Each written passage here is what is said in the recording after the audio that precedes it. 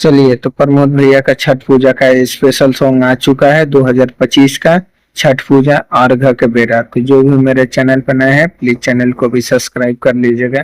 तो ये प्रमोद भैया का बहुत ही खूबसूरत सॉन्ग है और ये छठ पूजा इस साल का सबसे पहला गीत है इनका।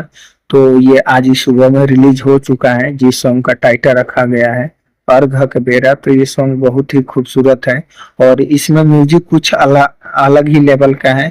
मैंने ये सॉन्ग सुन लिया, मेरे को सॉन्ग बहुत ही अच्छा लगा। उम्मीद है कि आपको भी अच्छा लगेगा। आप लोग भी जाइए ये सॉन्ग को सर्च मारिए और एक बार जरूर सुनिए इस सॉन्ग को। ये सॉन्ग बहुत ही खूबसूरत सॉन्ग है और छठ पूजा आना चालू हो गया है बैक टू बैक। तो आप लोग जरूर सब्सक्राइब करके रखिएगा कि प्रमोद भैया के बैक टू बैक सॉन्ग आने वाले हैं।